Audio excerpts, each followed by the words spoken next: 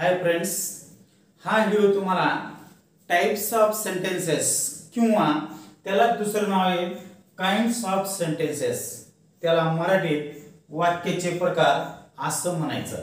तर पहा, तुम्हाला बऱ्याच पुस्तकापैकी हे सापडणार नाही असं सहज इथं तुम्हाला तिन्ही पद्धतीने हा टाइप काय क्लिअर होईल. तर हा व्हिडिओ तुम्ही सुरुवातीपासून शेवटपर्यंत पहा. जर सबस्क्राइब केलं नसेल सबस्क्राइब करा, लाईक करा आणि तुम्ही मेसेज करायला पण विसरत जाऊ नका की जेणेकरून आम्ही आमच्यात काय डेव्हलपमेंट करत जाऊ. तर पहा, टाइप्स ऑफ सेंटेन्सेस मध्ये पहिला पॉइंट तुम्हाला क्लिअर करायचा आहे तो आहे काय निगेटिव्ह सेंटेन्स. पहा, निगेटिव्ह सेंटेन्स म्हणजेच याला नकारार्थी वाक्य म्हणायचं. पहा, नकारार्थी वाक्य हा वाक्याचा एक टाइप. त्याच्यानंतरचा दुसरा टाइप पहा, त्याला अफर्मेटिव्ह सेंटेन्स म्हणायचं आहे.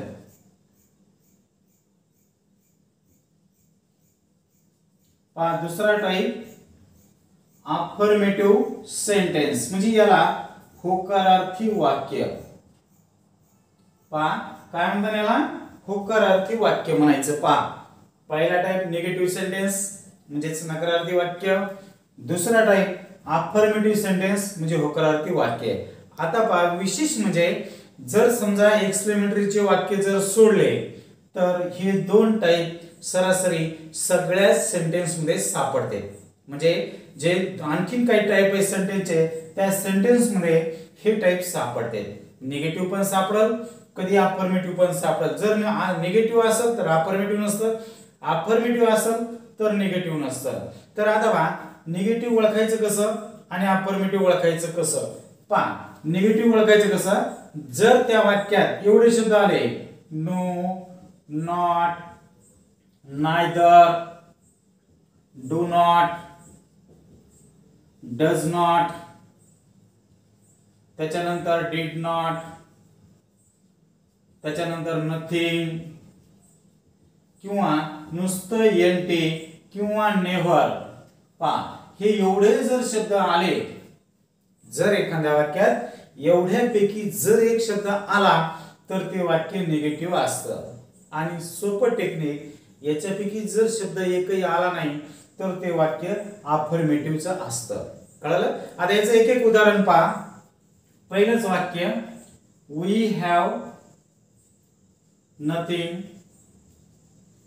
To hide. पहा, हे झालं वाक्य. पहा, we have nothing to hide. आता ह्या वाक्यामध्ये याच्यापैकी हा नथिंग शब्द आला म्हणजेच पहा काय हा नथिंग आला म्हणजेच हे वाक्य झालं काय निगेटिव्ह सेंटेन्स. पहा, कळलं? निगेटिव्ह ओळखायचं कसं, एवढ्यापैकी जर एक शब्द आला तर वाक्य निगेटिव्हचं 100% असतं. त्याच्यानंतर पहा, हे उदाहरण दिलं, याच्यात नथिंग शब्द आलाय, नथिंग शब्द आला म्हणजेच हे वाक्य निगेटिव्हचं झालं. आता अफर्मेटिव्हचं वाक्य पहा, ही वॉज अनसॅटिस्फाईड. पहा, हे झालं वाक्य ही वॉज अनसॅटिस्फाईड. याची सोपी पद्धत, याच्यापैकी एकही शब्द आला नाही म्हणजेच पहा इथून ते इथपर्यंत ह्या वाक्यामध्ये कुठेही याच्यापैकी एकही शब्द आला नाही म्हणजेच ते वाक्य झालं काय अफर्मेटिव्ह सेंटेन्स. तर पहा, निगेटिव्ह आणि अफर्मेटिव्ह प्रत्येक टाइप मध्ये असतं. असर्टिव्ह, एक्सक्लेमेटरी नसेल असर्टिव्ह, त्याच्यानंतर व्हर्बल, त्याच्यानंतर इम्पेरेटिव्ह, याच्या सगळ्याकडे असतं. तर हा एक सिंपल साधा टाइप झाला की वाक्याचा काय की निगेटिव्ह आणि अफर्मेटिव्ह. आता याच्या पुढचा दुसरा टाइप असा. तर पहा, type number 2.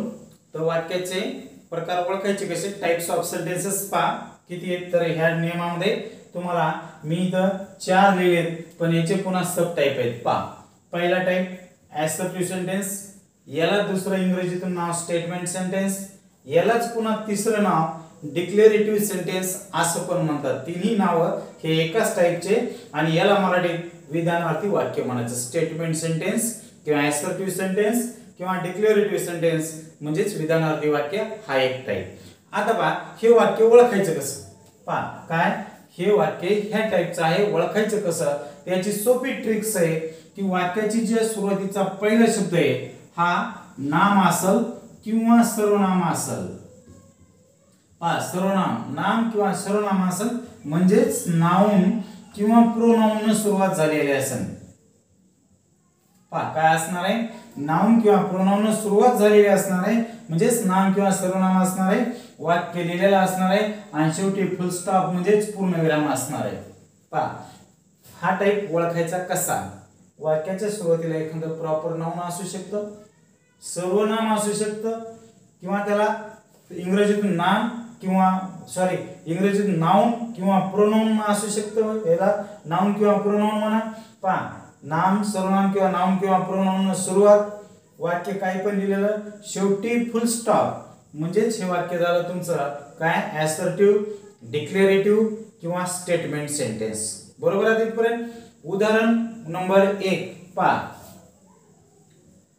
Ramnath was a rich farmer. पहा ओळखलं कसं, तर वाक्याची सुरुवात जी झालेली आहे, वाक्याची जी सुरुवात झालेली आहे ती नामानं झालेली आहे. रामनाथ हे एक नाम आहे, त्याने सुरुवात झाली आणि शेवटी फुल स्टॉप आला म्हणजेच हे वाक्य झालं काय असर्टिव्ह सेंटेन्स, स्टेटमेंट सेंटेन्स किंवा डिक्लेरेटिव्ह सेंटेन्स. किंवा आणखीन एक वाक्य असं देता येईल तुम्हाला, पहा ही वॉज अ फार्मर. पहा हे झालं वाक्य. पहा ही हा प्रोनाउन आला म्हणजे सर्वनाम आला आणि शेवटी फुल स्टॉप आला म्हणजेच हे वाक्य झालं काय असर्टिव्ह किंवा स्टेटमेंट किंवा डिक्लेरेटिव्ह म्हणजे विधानार्थी वाक्य, सरळ वाक्य असतं. पहा नामाने किंवा सर्वनामाने सुरुवात असते आणि शेवटी पूर्ण विराम असतो म्हणजेच हे झालं विधानार्थी वाक्य. आता दुसरा टाइप आहे पहा की इंट्रोगेटिव्ह सेंटेन्स. पहा याला प्रश्नार्थक वाक्य म्हणायचं. पहा काय म्हणायचं, याला प्रश्नार्थक वाक्य म्हणायचं. याचे पुन्हा तुम्हाला दोन टाइप आहेत. पहा पहिला टाइप व्हर्बल क्वेश्चन. पहा इंट्रोगेटिव्हचे दोन टाइप आहेत. इंट्रोगेटिव्ह दोन मध्ये काय डिवाइड झालेले आहे पहा, एक व्हर्बल क्वेश्चन म्हणायचे किंवा यालाच तुम्ही दुसरं नाव म्हणू शकतात काय, येस नो टाइप क्वेश्चन.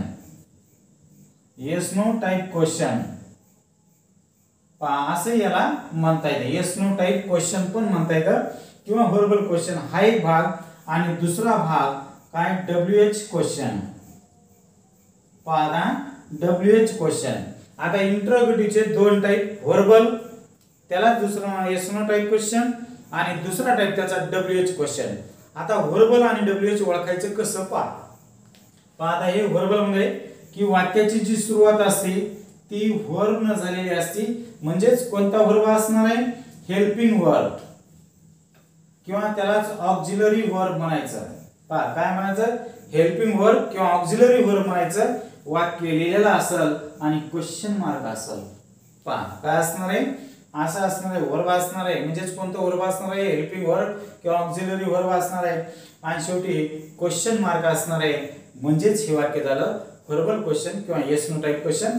तर पहा याचं उदाहरण तुम्हाला असं पाहता येईल, आर यू रेडी.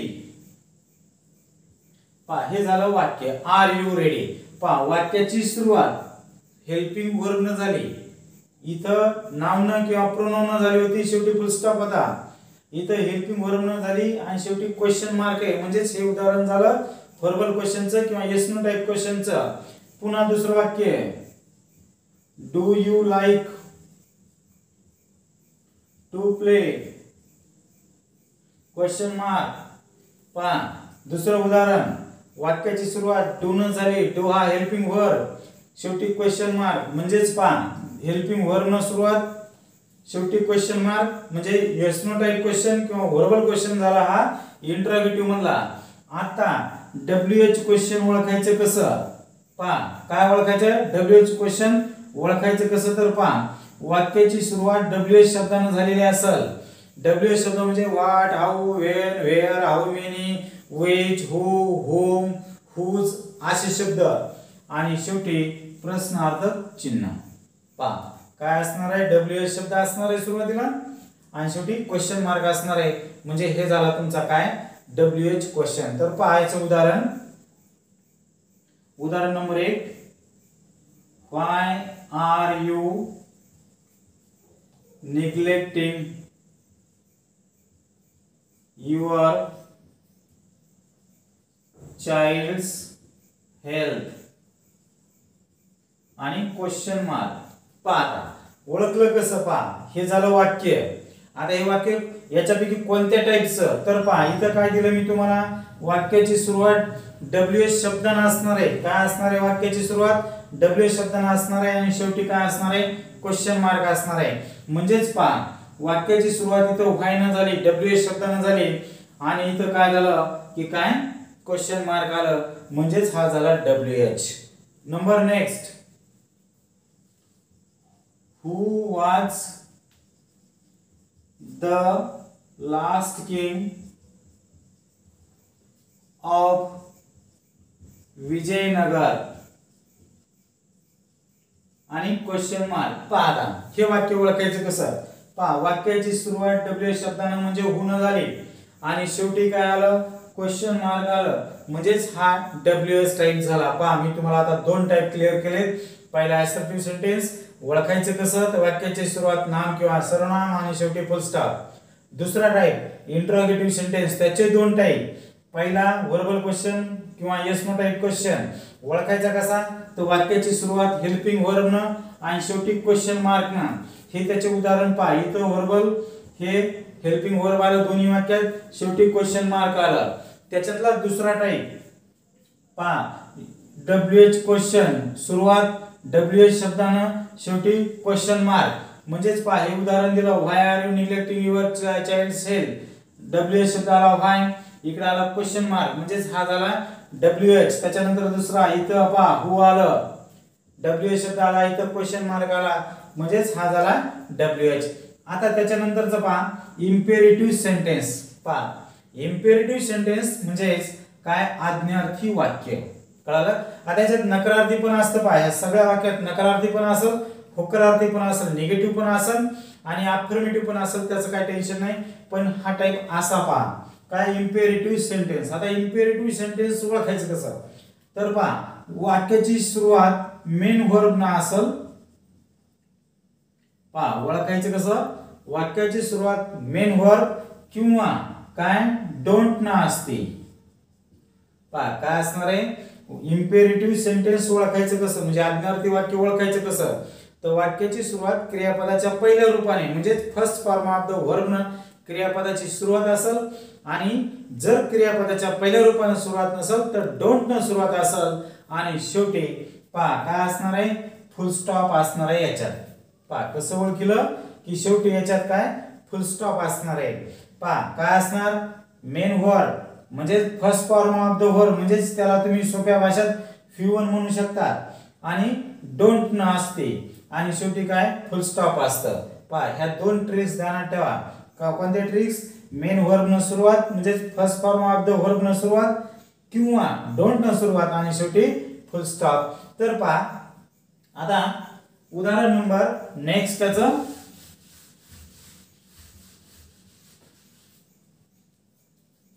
पहा, याचं उदाहरण number 1, make a new garden. पहा हे वाक्य झालं उदाहरण. दुसरं उदाहरण, डोंट आस्क क्वेश्चन्स. त्याच्यानंतरचं आणखीन एक, पॉलिश माय शूज. पहा हे तीन वाक्य दिलेत मी तुम्हाला कशाचे, इम्पेरेटिव्ह सेंटेन्सचे. तर पहा ओळखायचं कसं, पहिला नियम पहा, वाक्याच्या सुरुवातीचं पहिला शब्द हा मूळ क्रियापद आहे म्हणजेच क्रियापदाचं पहिलं रूप आहे म्हणजेच फ्युवन आहे आणि शेवटी फक्त फुल स्टॉप आहे म्हणजेच हा टाइप झाला तुमचा आज्ञार्थी वाक्य म्हणजेच इम्पेरेटिव्ह सेंटेन्स. त्याच्यानंतरचं दुसरं वाक्य पहा, वाक्याची सुरुवात डोंट न झालेली आहे. मी तर सांगितलं होतं तुम्हाला क्रियापदाच्या पहिल्या रूपाने किंवा डोंट ने सुरुवात आणि शेवटी फुल स्टॉप. पहा हा आला फुल स्टॉप म्हणजे पूर्णविराम, म्हणजेच हे वाक्य झालं तुमचं इम्पेरेटिव्ह सेंटेन्स. त्याच्यानंतरचं तिसरं उदाहरण दिलं तुम्हाला, पॉलिश माय शूज. पॉलिश हा फ्युवन आहे, क्रियापदाचं पहिलं रूप आहे म्हणून हा काय झाला आणि शेवटी पहा फुल स्टॉप आला, क्रियापदाचं पहिलं रूप आणि शेवटी पूर्णविराम म्हणजेच हा झाला तुमचा काय इम्पेरेटिव्ह सेंटेन्स म्हणजेच आज्ञार्थी वाक्य. क्रियापदाच्या पहिल्या रूपाने सुरुवात आणि शेवटी पूर्णविराम हे आज्ञार्थी वाक्य ओळखायचं. आता टाईप नंबर 3 पायाच्यातला चौथा टाईप एक्सक्लेमेटरी सेंटेन्स म्हणजेच उद्गारवाचक वाक्य. आता उद्गारवाचक वाक्य ओळखायचं कसं पहा. याची ट्रिक्स की तुम्हाला हाऊ एक वाक्याच्या सुरुवातीला आलेला असेल, हाऊ नसल तर व्हाट हे आलेला असेल, त्याच्यानंतर व्हाट अँड पण असतं. पहा वाक्याच्या सुरुवातीला ह्या तीन पैकी एक शब्द असणार आहे, ऍडजेक्टिव्ह असणार आहे. पहा आणखीन सोपं ऍडजेक्टिव्ह असणार आहे. नंतर इथं नाम किंवा सर्वनाम असणार आहे म्हणजेच नाउन किंवा प्रोनाउन. पहा नाउन किंवा प्रोनाउन असणार आहे, वर्ब असणार आहे आणि सोपं टेक्निक एवढं जरी ध्यानात नाही ठेवलं तर शेवटी हे एक्सक्लेमेशन मार्क असणार आहे. पहा याला उद्गाराचे वाक्य म्हणा किंवा एक्सक्लेमेशन मार्क म्हणा. हे जर कोणत्याही वाक्याच्या शेवटी आलं ते वाक्य 101% एक्सक्लेमेटरीचं असतं. उदाहरण पाहता ओळखायचं कसं. ह्या तीन पैकी एकानं सुरुवात, मधातच सर्वनाम नाम किंवा नाउन किंवा प्रोनाउन आणि शेवटी उद्गारवाचक वाक्य असणार. पहा सोपी ट्रिक्स ध्यानात ठेवायची. ह्या तीन पैकी एकानं सुरुवात आणि उद्गारवाचक चिन्ह दिसलं की समजायचं ते एक्सक्लेमेटरी वाक्य आलं. उदाहरण number 1 how lucky I am आणि उद्गाराचक चिन्ह. पहा काय म्हणलो मी, यापैकी तीन पैकी एकानं सुरुवात म्हणजे हाऊनं सुरुवात झाली, उद्गारवाचक चिन्ह म्हणजेच एक्सक्लेमेशन मार्क हे शेवटी आलं म्हणजेच हे झालं एक्सक्लेमेटरी सेंटेन्स. बरोबर. उदाहरण number 2 what an amazing organ brain is आणि उद्गाराचे चिन्ह. पाहता हे वाक्य ओळखायचं कसं. पहा व्हाट एन सुरुवात झाली, याच्यापैकी म्हणलं होतं तर याने सुरुवात झाली आणि शेवटी उद्गाराचे चिन्ह आलं म्हणजेच हे झालं तुमचं काय एक्सक्लेमेटरी सेंटेन्स. तर पहा अशा पद्धतीने तुम्हाला हे statement sentence, interrogative sentence, imperative sentence आणि एक्सक्लेमेटरी सेंटेन्स क्लिअर झाला असेल. आणखीन याच्यातला तिसरा टाइप आहे की तो पण टाइप अत्यंत महत्त्वाचा आहे. तो भाग या नंतर पुढच्या नियमात क्लिअर होईल. तर पहा वाक्याचा हा तिसरा टाइप असा आहे की वाक्य हे ओळखायचं कसं. तर पहा पहिला टाइप सिंपल सेंटेन्स म्हणजे त्याला साधे वाक्य म्हणायचं. दुसरा टाइप कंपाऊंड सेंटेन्स यालाच संयुक्त वाक्य म्हणायचं. आणि कॉम्प्लेक्स सेंटेन्स म्हणजेच मिश्र वाक्य. पहा कॉम्प्लेक्स सेंटेन्सला काय मिश्र वाक्य म्हणायचं. पहा हे वाक्याचे मुख्य 3 टाइप असे. तर आता पहा सिंपल सेंटेन्स ओळखायचं कसं की याच्यामध्ये काय एकच सब्जेक्ट असतो, एकच वर्ब असतो, ऑब्जेक्ट कॉम्प्लिमेंट असतं किंवा एक फायनाइट वर्ब आणि दुसरं फायनाइट वर्ब पण असू शकते. आणि पुन्हा सोपी ट्रिक्स की तुम्हाला सिंपल सेंटेन्स ओळखायचं कसं. जर ज्या वाक्यात एवढे शब्द आले नाही, कळलं का, एवढे शब्द आले नाही ते समजायचं सिंपल सेंटेन्स. उदाहरण नंबर 1 पहा. I went to a book stall to buy a dictionary. तर पहा याच्यापैकी एकही शब्द नाही आला, याच्यापैकी एकही शब्द नाही आला म्हणजेच हे वाक्य झालं सिंपल. तर पहा एकच सब्जेक्ट, एकच मेन वर्ब म्हणजे त्याला फायनाइट वर्ब आणि नंतर इकडे आलं टू बाय हे नॉन फायनाइट वर्ब आणि हे बाकीचं आलं म्हणजेच याच्यात एकच क्लॉज असतं, 2-3 क्लॉज जोडलेले नसते. तेव्हा हे वाक्य असतं सिंपल सेंटेन्स. पहा कळाला का. सिंपल सेंटेन्स एकच सब्जेक्ट, एकच मेन वर्ब आणि बाकी ऑब्जेक्ट कॉम्प्लिमेंट वगैरे असू शकतं, नॉन फायनाइट वर्ब पण असू शकतं.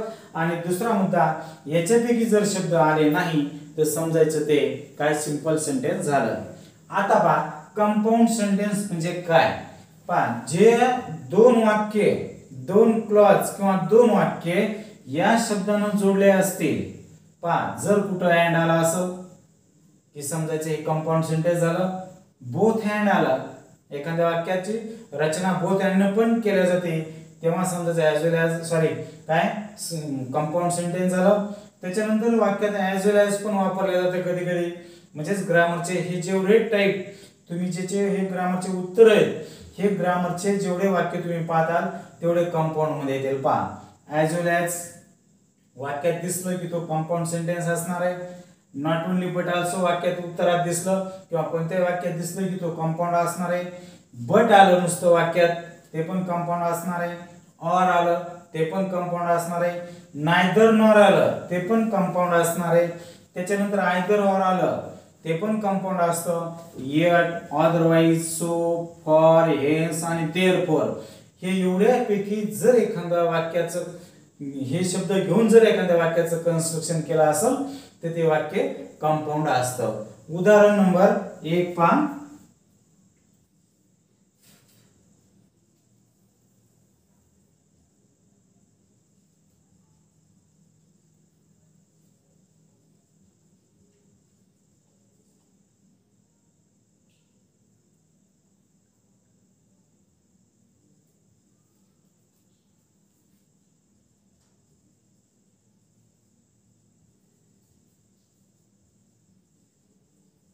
आता पहा हे झालं वाक्य. आता याला आयडेंटिफाय करायचं कसं की हे वाक्य सिंपल आहे का, कंपाऊंड आहे का, कॉम्प्लेक्स आहे. पहा तर ह्या दिलेल्या वाक्यामध्ये याच्यापैकी शब्द आलेला सापडायचं. पहा काय आलंय, नायदर नॉर. पहा इथं आलं नायदर आणि हे आलं नॉर.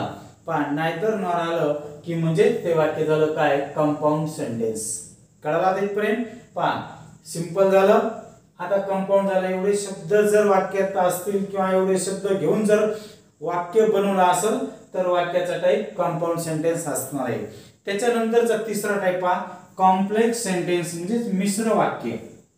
काय मिश्र वाक्य की जे वाक्य फेल न जोडलेलं असेल, ॲज न जोडलेलं असेल किंवा ॲज सून ॲज न जोडलेलं असेल किंवा नो सूनर दॅनचं वाक्य असेल किंवा हार्डली व्हेनचं वाक्य असेल. त्याच्यानंतर यूज व्हाईलचं वाक्य असेल.